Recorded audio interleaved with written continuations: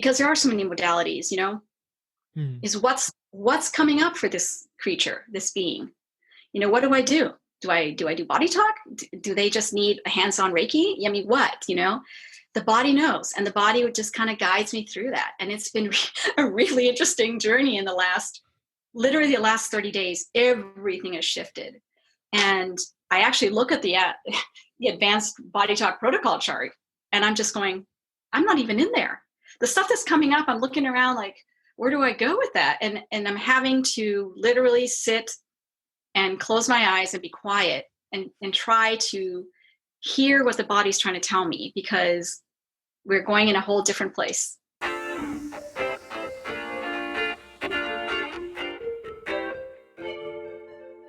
The big question is this: how do we take a seemingly ordinary world and make it beyond extraordinary? In yoga, there is so much more than meets the eye, and it's not just the things we do on our yoga mats that make the biggest difference. That is the question, and this podcast will give you the answer. My name is Austin Bitsis, and welcome to Life as a Secret Yogi.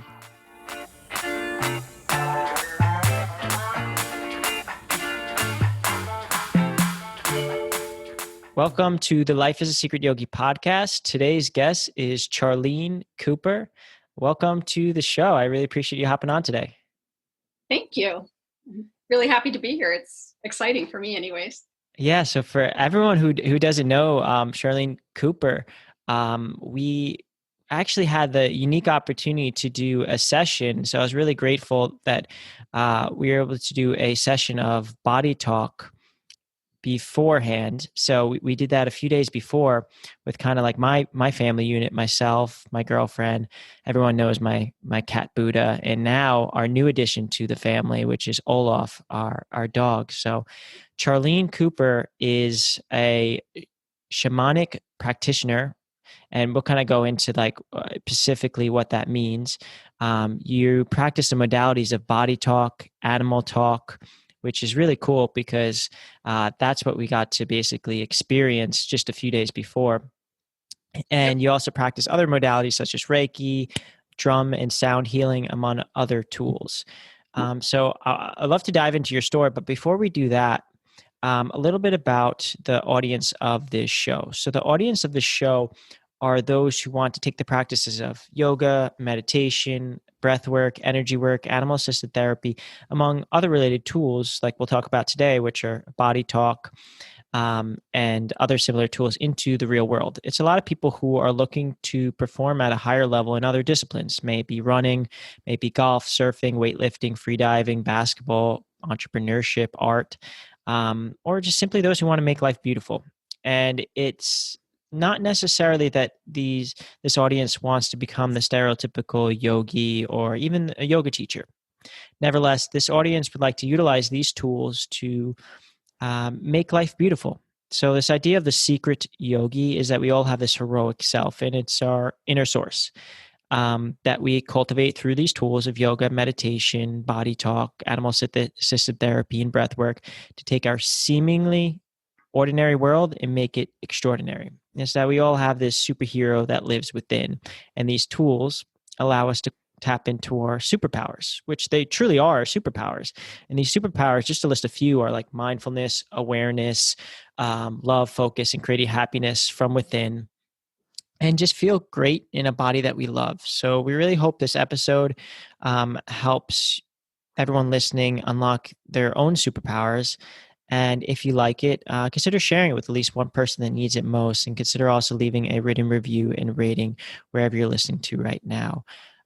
So back to kind of when we first kind of connected, we were talking about your story, and it was so interesting. I actually had to cut you off because I'm like, don't share it all right now. Like we're gonna go do this in the podcast, and then you're like, but we should first do a session because I never experienced BodyTalk before, but I was super interested in it when I first heard about it this summer, and my first experience with yourself just a few days ago, and with my my animals and my girlfriend, and it was really a cool experience.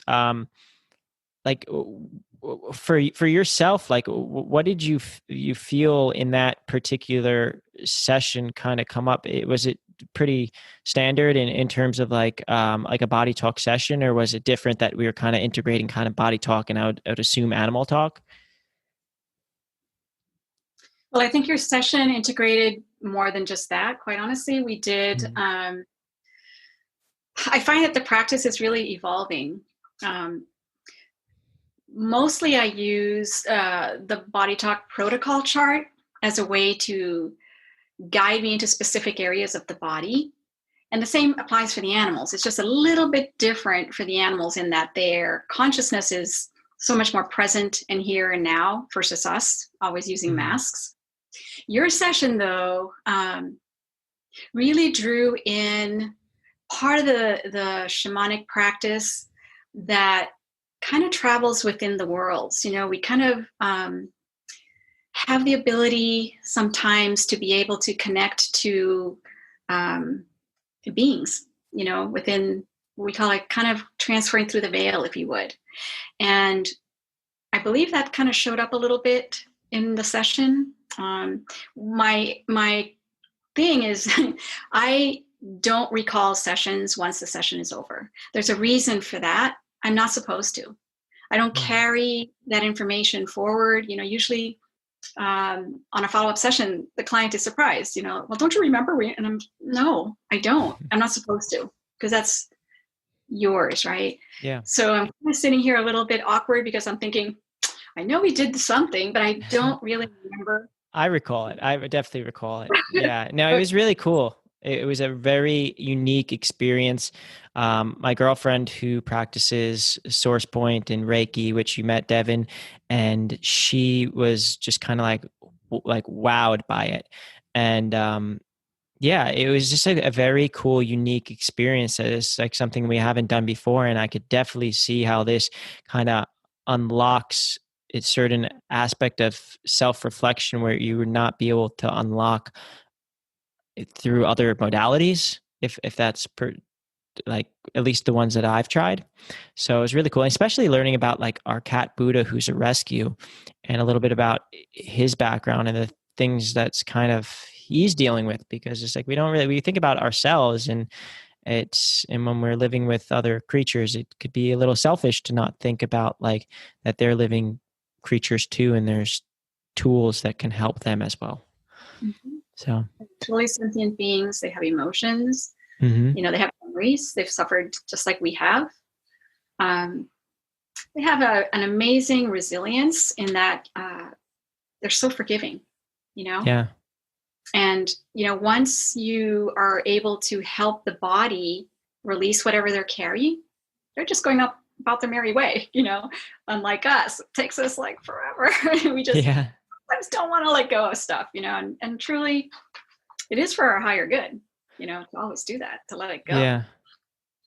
No, definitely. I feel like sometimes as just humans too, we kind of self-induce, put extra layers upon things and on our mind, where animals are a little bit more like are present. They keep things simple.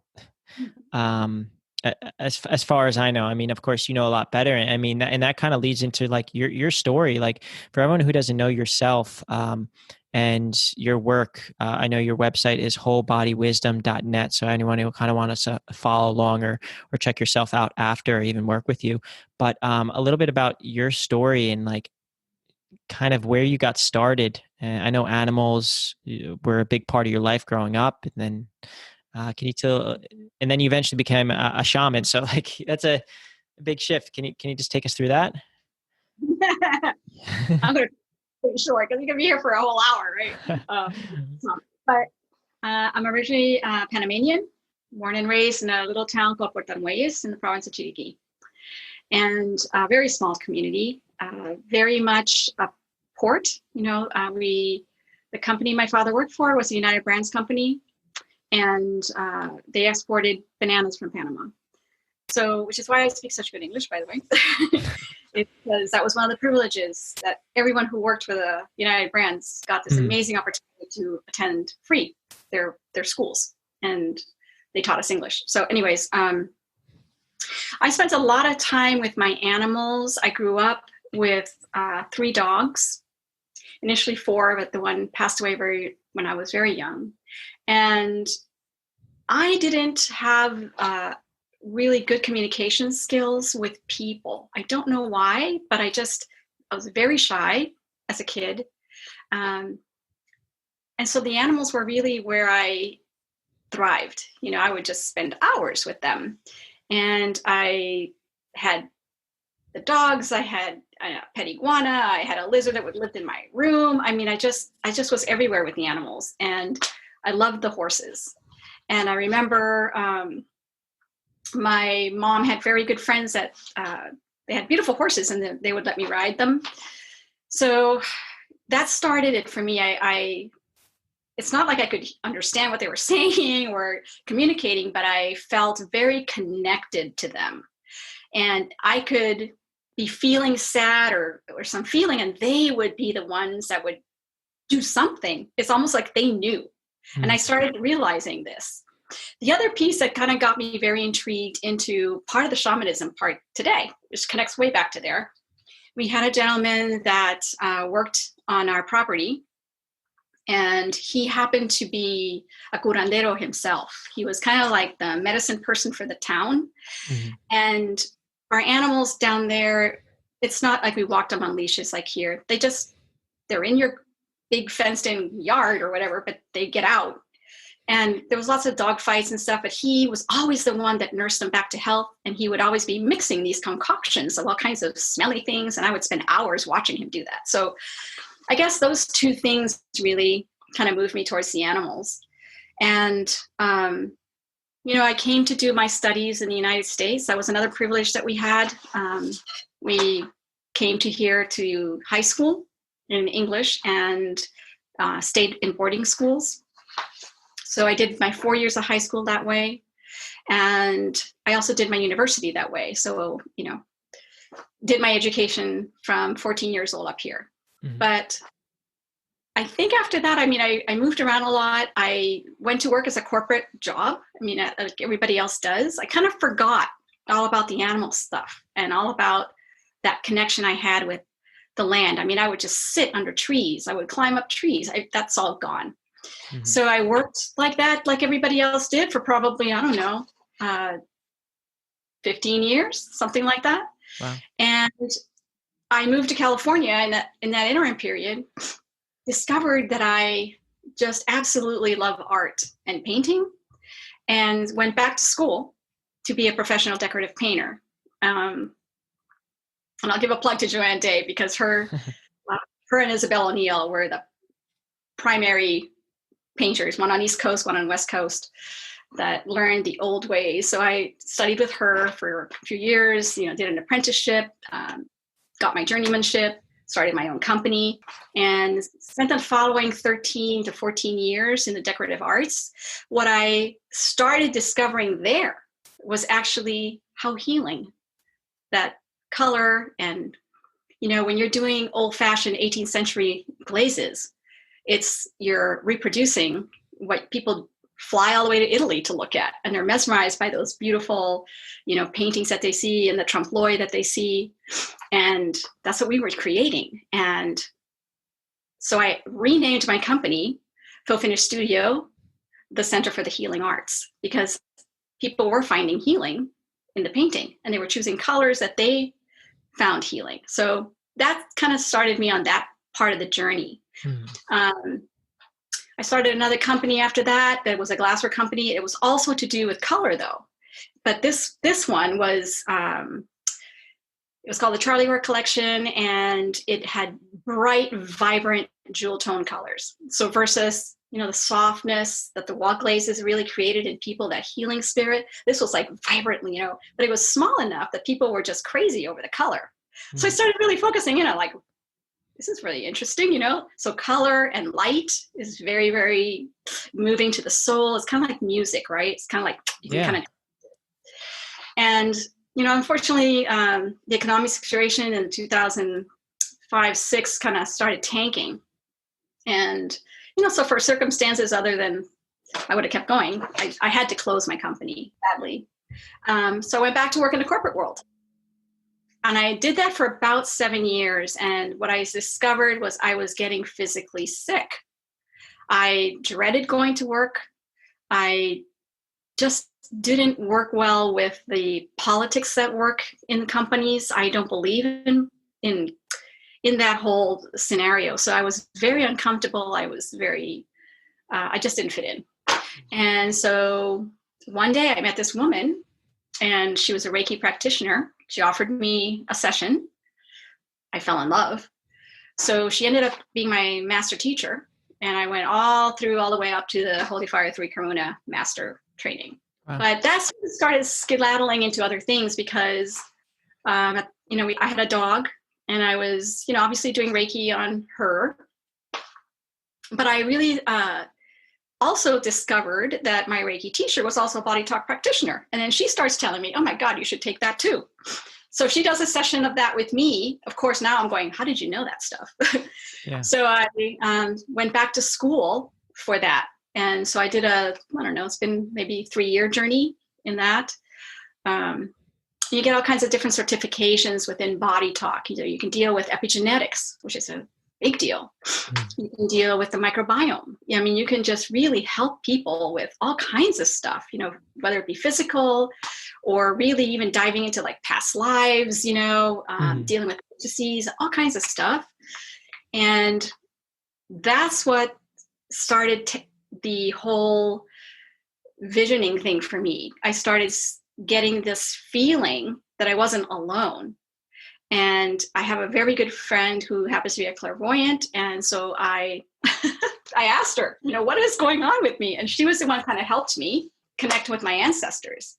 And that's what started the whole shamanic route for me, because I discovered that what I was experiencing was them, kind of nudging me on the shoulder, like, time to get up. You need to do stuff. Yeah. And I think most of my grandmothers on my mother's side were all curanderas. They were witches, some of them. Probably only 1 or 2 are not. So I've inherited a lot of that drive from them. They were really good, light curanderas. They weren't workers of the dark.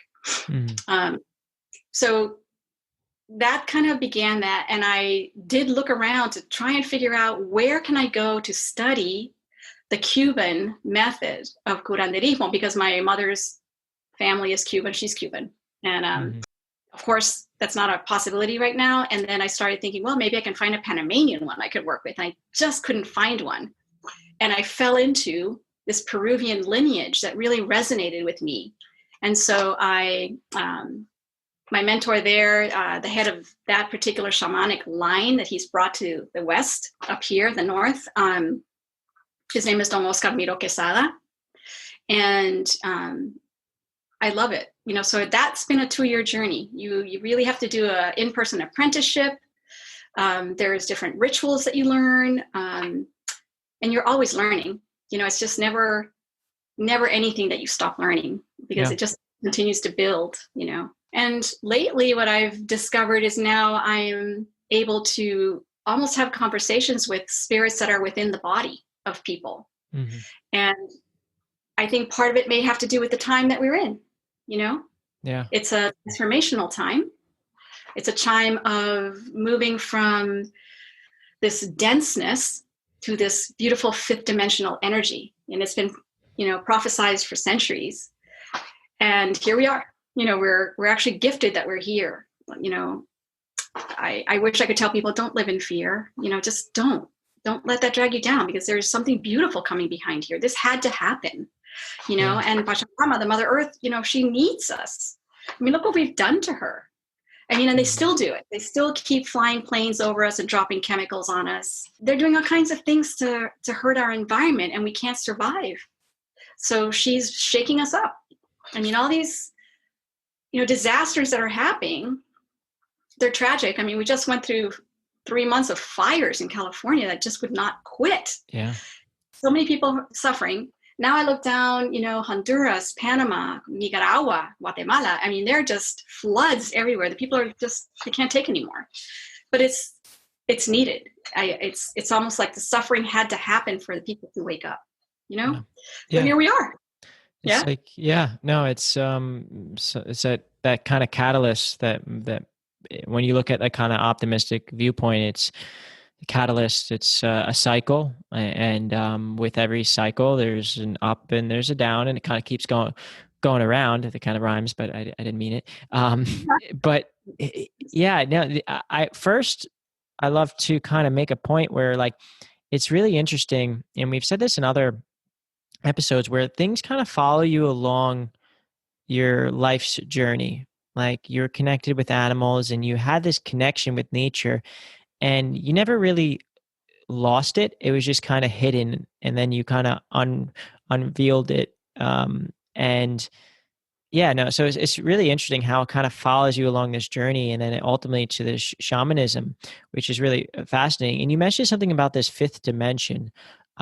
What exactly is that in particular? So the fifth dimension is really, it's a time that we're moving into. So right now, the transformative period we call the fourth dimension. It's a time where we have, as humanity, lost complete touch with the earth, nature, anything. I mean, we are so focused in on, our head brain. We're up there all day. And technology, is another thing. We're so focused on anything but going within ourselves. Mm-hmm. And I think I could almost step out there on a limb and say we've forgotten who we are. We are very self-centered as a whole. Everything is driven really by financial gain, and that can't happen in order for people to live from the heart.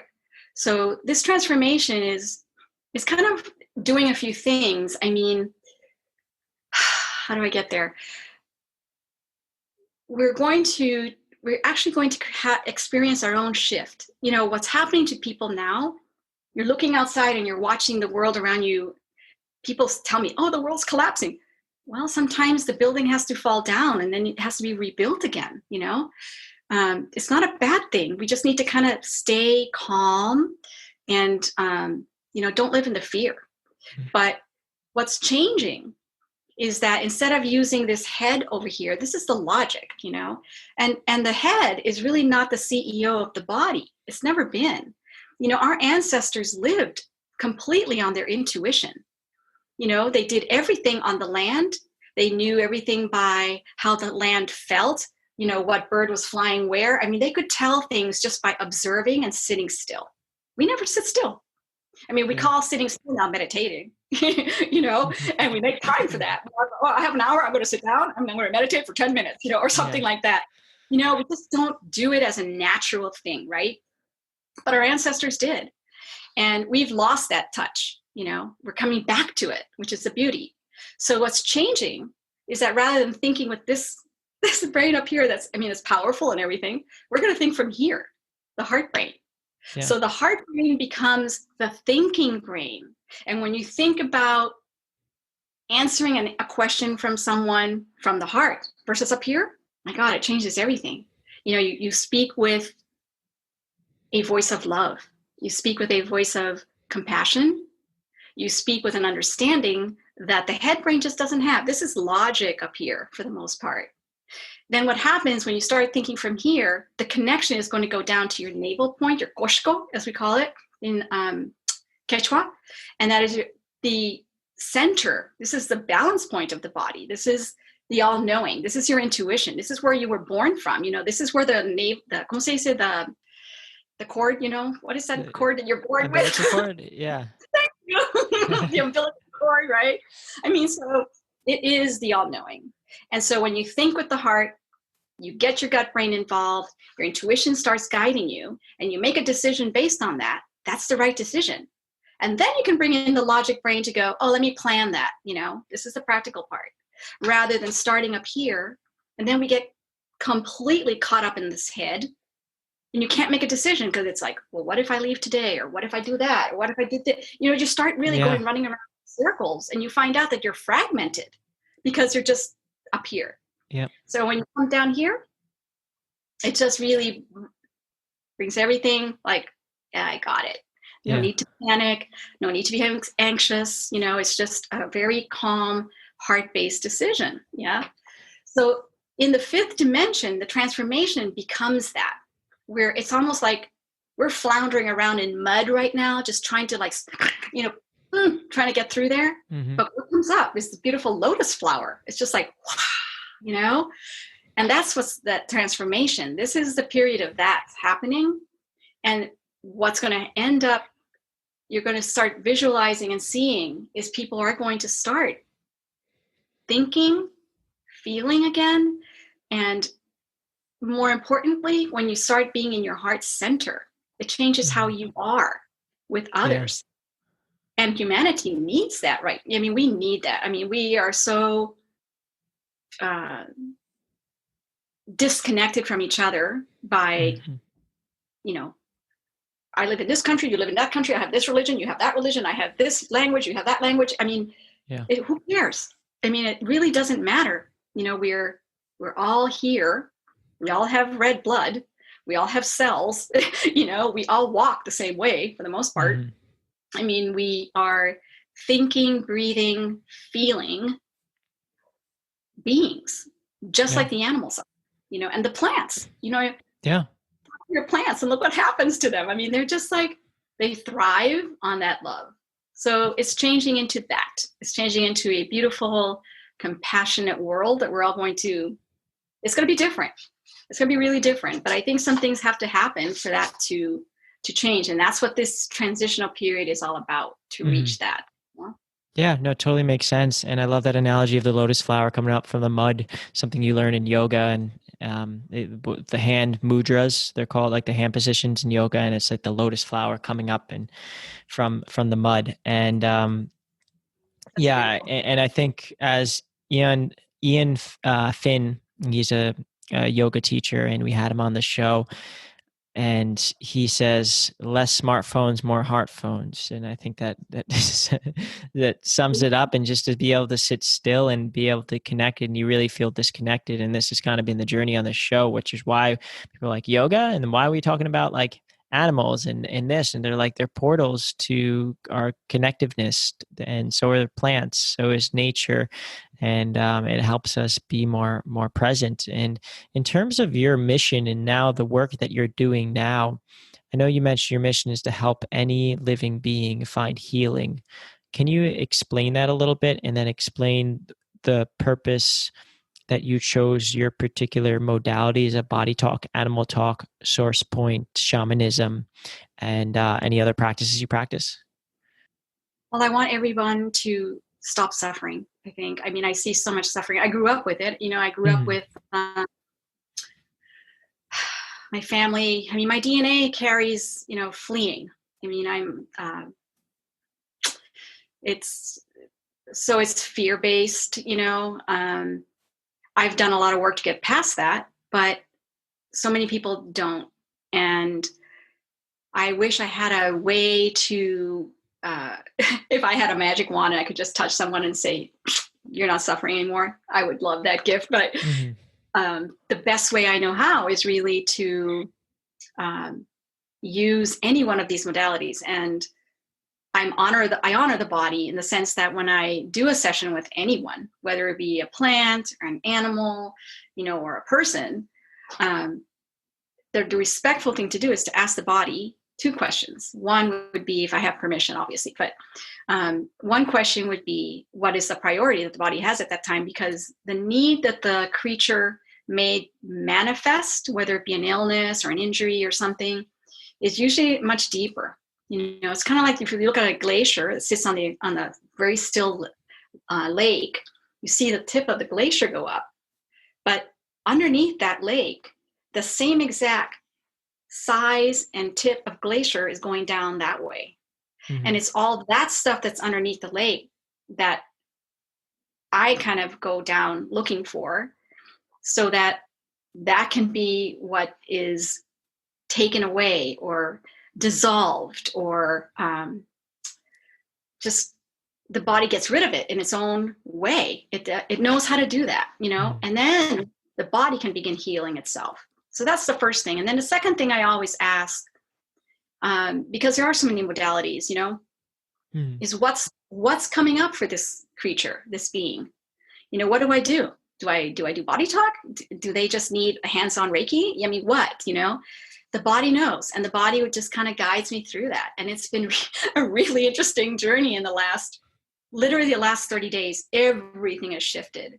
And I actually look at the advanced BodyTalk protocol chart, and I'm just going, I'm not even in there. The stuff that's coming up, I'm looking around like, where do I go with that? And I'm having to literally sit and close my eyes and be quiet and try to hear what the body's trying to tell me, because we're going in a whole different place. It's almost like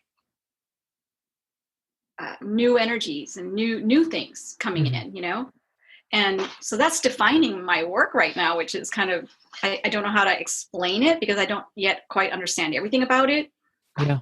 Working with it, I just decided to fold my arms around it and embrace it and go, okay, show me. And spirit will guide me, It's really interesting because you kind of integrate these different modalities, which is super cool because not everybody who practices or teaches as a practitioner these modalities, and to be able to kind of not say this is the only solution. Like on the show, we say, yes, yoga is a path that you could follow to make your seemingly ordinary world extraordinary, make your life beautiful, as we say it, but it's not the only way. And that's why we speak about so many different modalities. But to be able to integrate multiple ones is having a really open mind and a really cool experience, because it is able to get kind of not just the tip of the iceberg. You're able to treat what's underneath. And sometimes that takes different things. Like yoga is not going to solve every one of your issues, as we'll just kind of call them, but and meditation maybe is not the tool that works for that particular person at that particular time. So there's different things, and it's really cool how you do it. And for somebody who doesn't know what BodyTalk is or AnimalTalk, what exactly is the definition, or like what exactly is that, if you were to explain it to somebody who's never heard of it before? Well, it's a form of energy healing. Okay. So we tap into the energy of the body. Mm-hmm. When people ask me that question, I just ask them the question back. I go, well, when you pick up your cell phone and you place a phone call, do you know how that gets to Europe when you're calling Europe? And they go, no. Well, it's kind of how this is working. It's invisible, but somehow you dialed, someone over there answered, and it's connected, and you don't care how that worked. It just worked. So it's that same type of idea. Energy, we're all intertwined. We're all interconnected. I mean, every single one of us with every single thing around us, I mean, think about it. The wood that is in this house came from a tree, which was a living, breathing tree. I mean, so think about everything comes from something that was alive. And that energy is where I'm able to kind of, really focus with intent and connect with the energetic part of that being. BodyTalk is and AnimalTalk. They're the same ones. They just have a little bit different journey, but it's the same modality as far as what we're doing. Okay.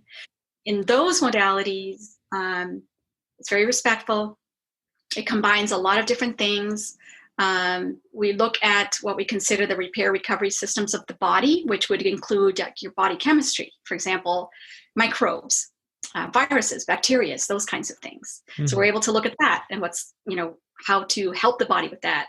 I mean, we're able to look at your lymphatics, what's going on with that. We're able to look at your breathing, your diaphragm, how to help the body release emotions. So that piece, right? Yeah. And then we're able, the musculoskeletal system, which is really big, but we also connect with that, the whole physical and energetic properties of the body. Yeah. Now we're going into the consciousness parts, and we're looking into a lot of what the Chinese medicine teaches. We're looking at 5 elements, We're looking at the five senses, you know, and what are they doing? And we're not talking just the physical five senses. We're talking about the subtle five senses, because even the senses have a consciousness, right? So if you have it's a consciousness, for example, of the subtle sense of sight comes up, most of the time it's, what are you doing? You're avoiding something. If I don't look at it, I don't have to deal with it. And then you're just a procrastinator, you know, just this whole thing, right? But we're also dealing with another segment that we call environment. And it could have to do with balancing your birthplace to you. It could be balancing, your Wei Qi, which is, you know, your whole protective aura around you.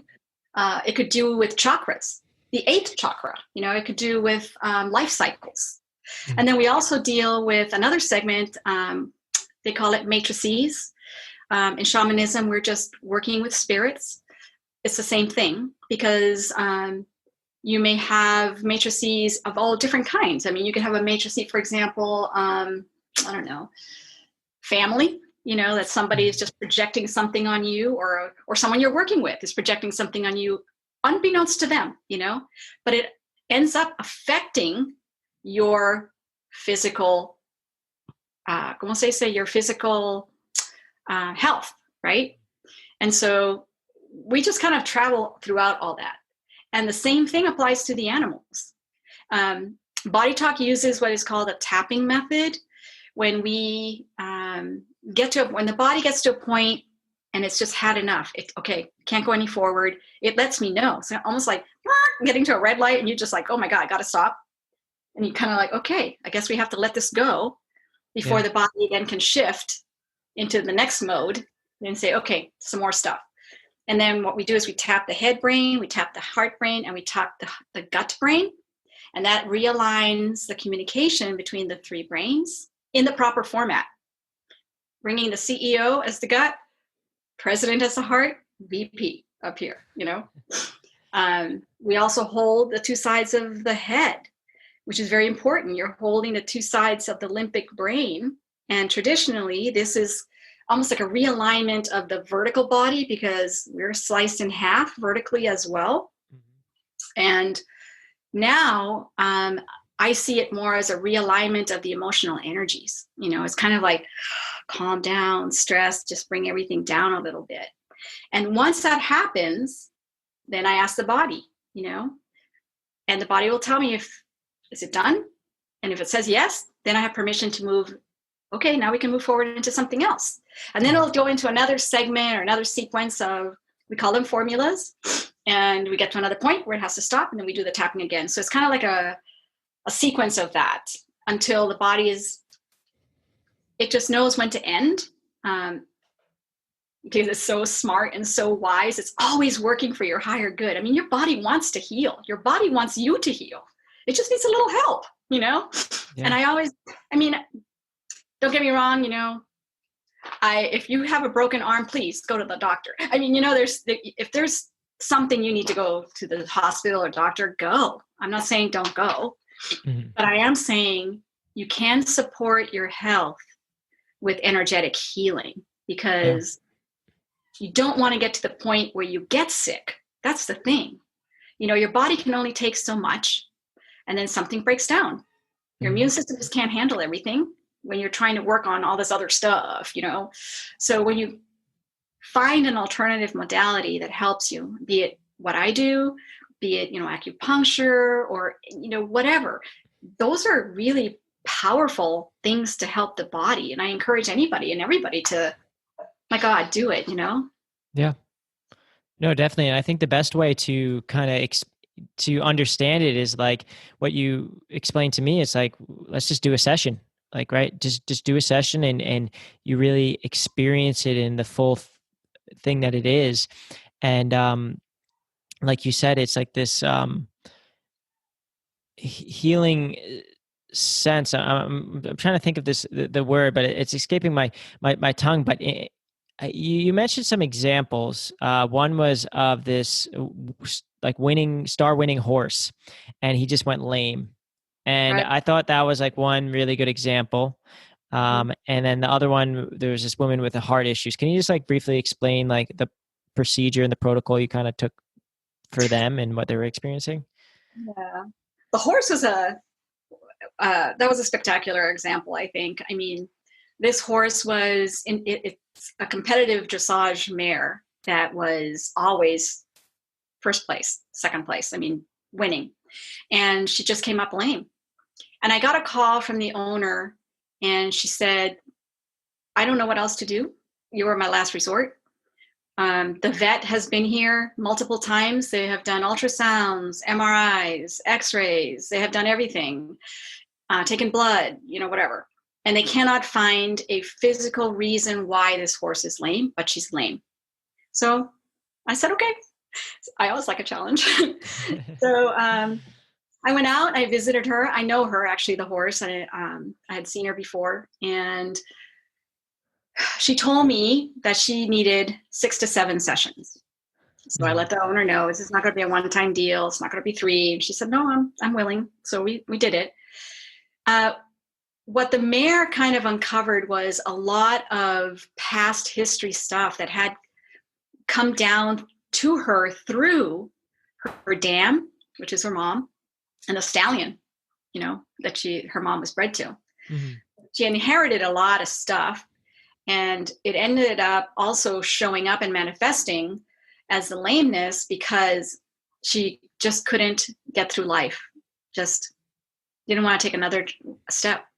And the other thing that was happening that had, this is how much they love us, okay? She adored the daughter who was competing her, was riding her all the time. And she was getting ready to go to college. And the horse knew this. And she was desperately afraid that once that child left, that she'd be forgotten, be abandoned. And so this grief that she was carrying became part of the heaviness that she could not lift that leg properly. It's not that she didn't want to. It's just, it was dragging her down. So after 6 sessions, she was totally fine. And she did go back into the ring, and she went, I forget how many more levels she went up. And they competed her first place the whole time. I mean, she's just a championship mare, So that's her story, which is really remarkable. That story. Yeah. Yeah, I know. I love it too, because, I don't know, when you see something like that, I consider it's a miracle. That's divine working, right? My other client, dear lady, suffered from the fluttering of the heart, and I forget, arrhythmia, I forget how it's called, but okay. So she had some surgery on part of her heart, and she was home, and she kept having these very irregular heartbeats, and she couldn't control them. So she was on all these different types of medications. She couldn't sleep at night. And so, between the fear, the panic of her heart going like this, and then not being able to sleep, the woman was not only exhausted, but she didn't know what else to do. So she actually contacted me on a Saturday night, I think it was, or Sunday morning, I can't remember.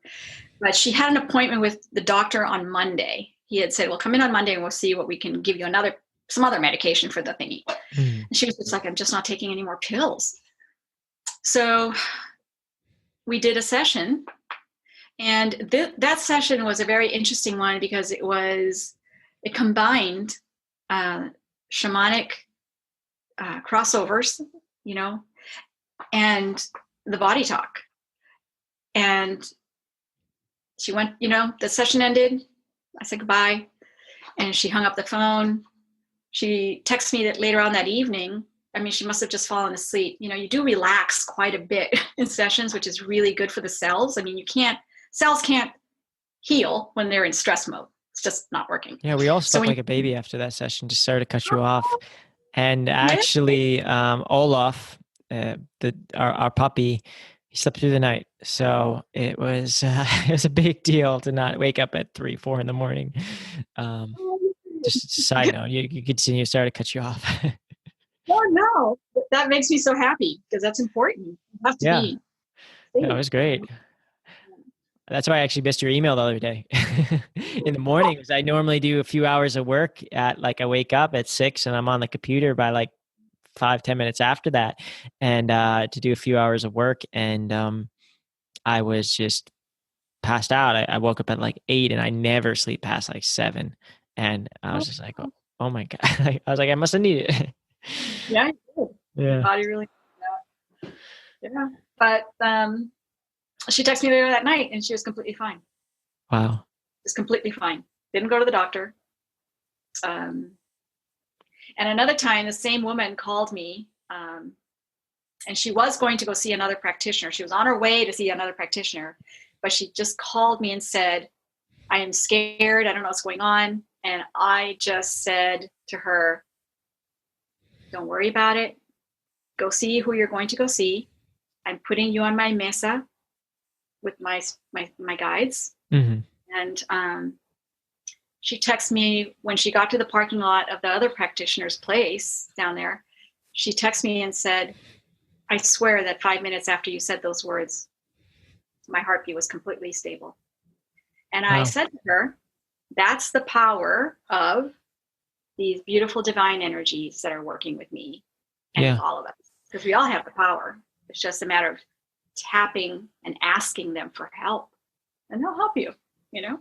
Yeah. And there's a reason why these, and that's what I was kind of, when I was at a loss for words before, there's a reason why these practices have been around for so long in their own way. I know BodyTalk's more of a kind of, the name at least, BodyTalk is, I think, more of a newer modality, but the principles of it is just kind of pulling together from other modalities in their own ways. These practices and this energy work has been around for so long before there was kind of this idea of this Western medicine, and it was the way to heal. And there's a place for both, but it's really incredible to see how, like, when we could get more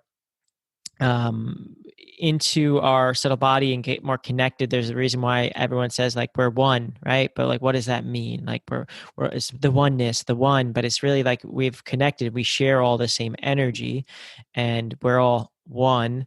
And it's these tools that help us really uncover, like you said, like, it's not just the tip of the iceberg, which a lot of times we deal with. We're like, oh, the tip of the iceberg looks great, like it must be, we must be fine. But it's really like the biggest part of the iceberg is underneath the water. And unless we can really connect, it's hard to really heal.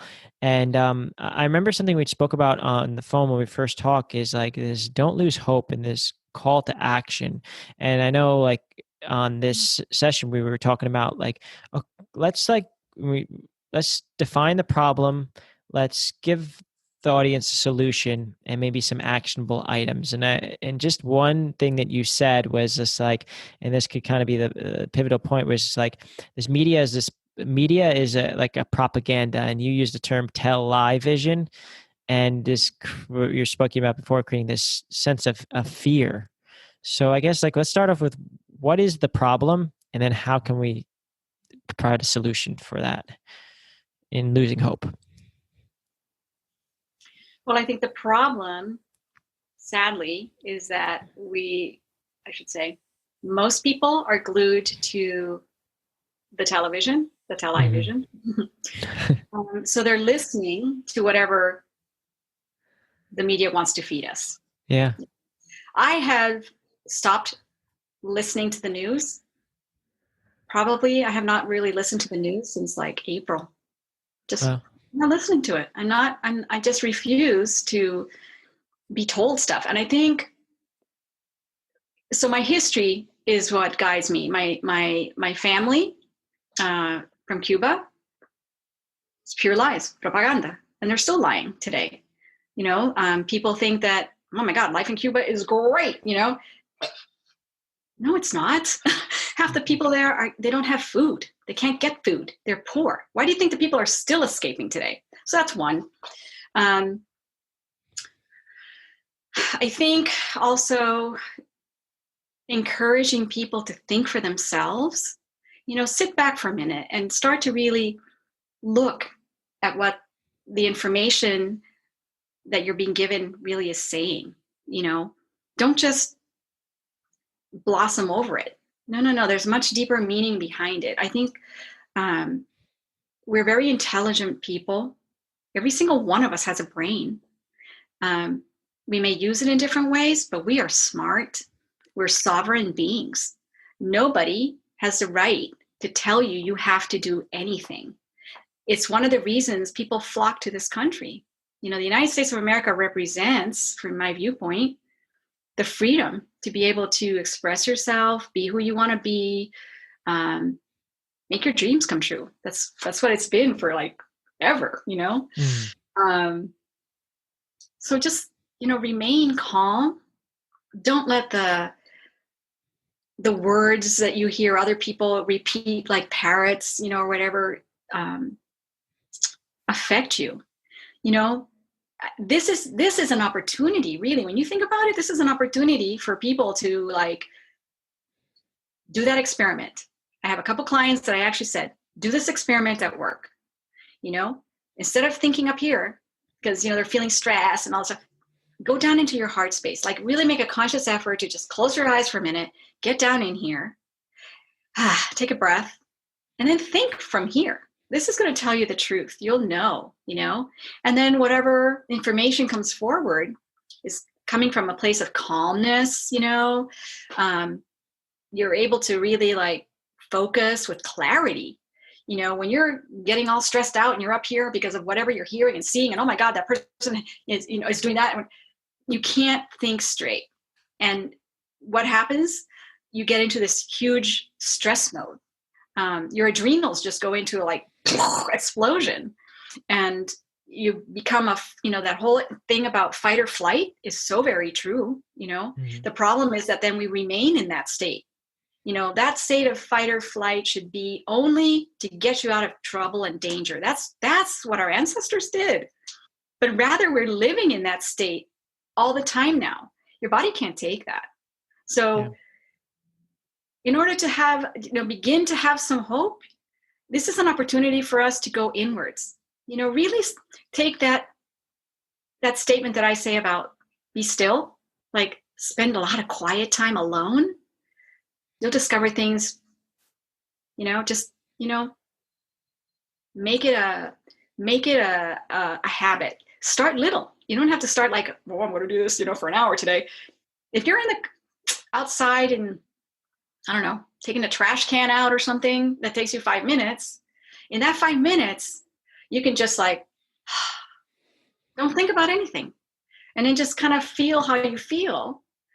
And the next day, maybe instead of those 2 minutes, it becomes 5 minutes. And then 5 minutes turns into 10. You know, it just starts to grow.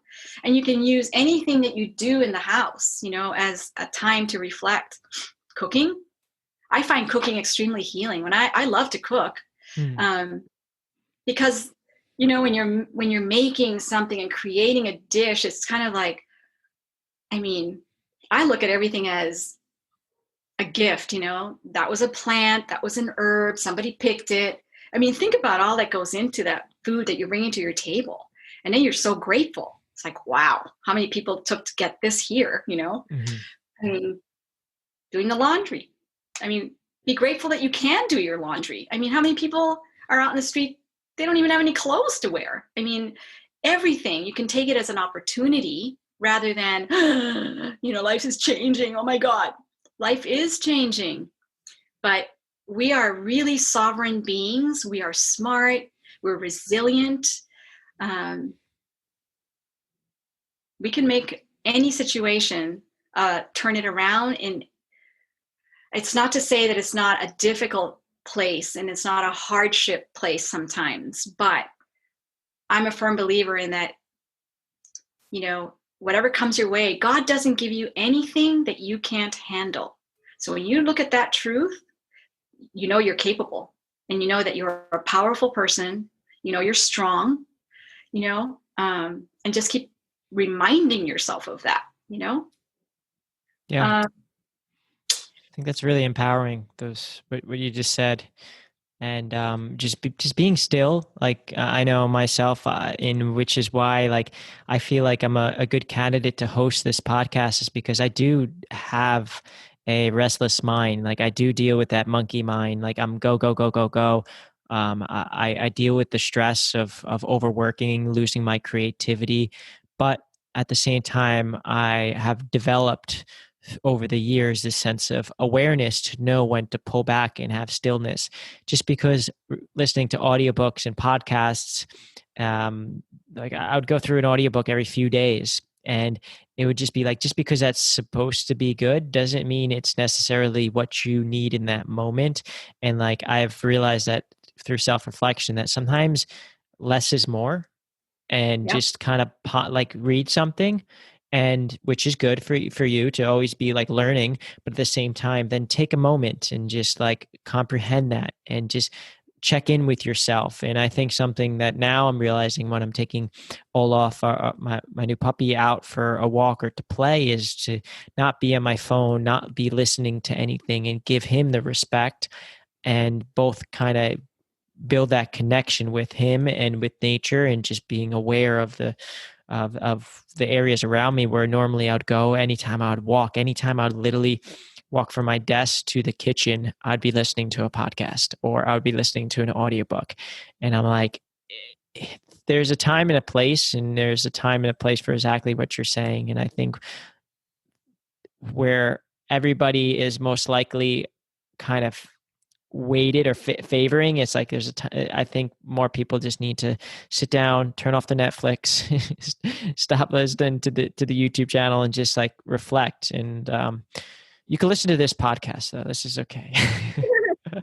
No, this will help you. And this is exactly what we do, is with every episode, we match it with an interactive practice to help you practice, because it's not all about just learn, and listen to these interviews and these conversations. It's about putting stuff to practice. It's about putting stuff to action, and taking action and self-reflecting. And maybe it's through the tools of meditating or whatnot. But yeah, no, I think what you said is very empowering. And yeah. Something else you can do to clear out is declutter. Go through your stuff, declutter. Yeah. But don't throw it away. Go give it away to someone. Go give it to Goodwill. Go, make room for new energy, and you're creating beautiful energy that you're giving to somebody else that's really needs it. So, lots of things. Yeah, helping people really feels good. Like just kind of doing like like I tell my friends, I'm like, hey, let me teach you yoga. Like let me help you with like your website or whatnot, or like let me help you with this stuff. And it feels good, and you get to connect, and it's mutually beneficial. So I think that's super powerful. And Charlene, is there anything else that you would like to touch upon that we feel like we didn't touch upon that I didn't ask you maybe? The only thing I was thinking about, because we had talked about ways to action items to take, I think is what you had said. Yeah, definitely. I would be very interested in finding out if people would be interested in doing like shamanic circles on Zoom. Oh yeah. Healing sessions as a group matrix on Zoom. Building a new community, I mean, here in California, we're getting a little bit shut down again, and people are panicking. It's okay, but maybe we have other ways to form community. I don't know, just throwing that out there, see what happens. Yeah, no, definitely. I think the shamanic circles are super cool. And I know you invited myself, which I'll be attending next week after this episode's recording. And I'm super excited for that. And so is my girlfriend, because I never experienced anything like that. And I think just by doing this podcast, I feel the power of like working with the community, where previously I did a lot of stuff on my own, and like it's a lot more moving, motivating, and impactful to kind of share it with other people and share our experiences and talk about it, right? And so I'm excited for it, and I appreciate the invite to that. And everybody listening right now, I think that's reach out to us, right? Charlene Cooper. You can find her at www.wisdom. wholebodywisdom.net. So that's wholebodywisdom.net. So you can reach out to her there. You could also check myself out at www.secretyogisociety.com. We'd love to hear from you. Charlene, thank you so much for this. And thank you so much for the opportunity to get to speak with you. You have this, so for everybody that's just listening to this right now, because we don't really share the videos, Charlene, you have this like radiance to you. I don't know if it's the lighting, but it's like this, and you could tell like you've really kind of honed in on your own energy, and it portrays and it reflects out to other people that you speak with. So I really appreciate the time and to kind of share that with myself. And yeah, and everybody listening, we really hope this episode helps you unlock your own superpowers. And if you like it, like I always say, make sure to share with at least one person that needs it most. And also consider leaving a written review and rating wherever you're listening to right now, because it just helps the algorithms really reach more people and help more people. So appreciate that, and appreciate everyone listening and your time. And Charlene, thank you. Thanks so much. Gracias, gracias, gracias. Thank you.